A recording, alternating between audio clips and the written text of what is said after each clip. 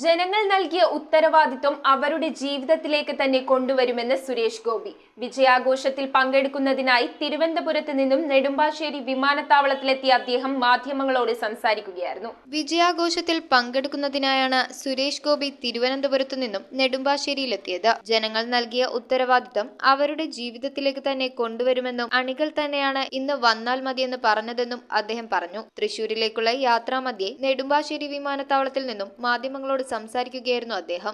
നിങ്ങൾ ഈ തന്നിരിക്കുന്ന ഉത്തരവാദിത്വം നിങ്ങളുടെ ജീവിതത്തിലേക്ക് കൊണ്ടുവരുവാൻ വേണ്ടി പരമാവധി പ്രവർത്തിച്ചു.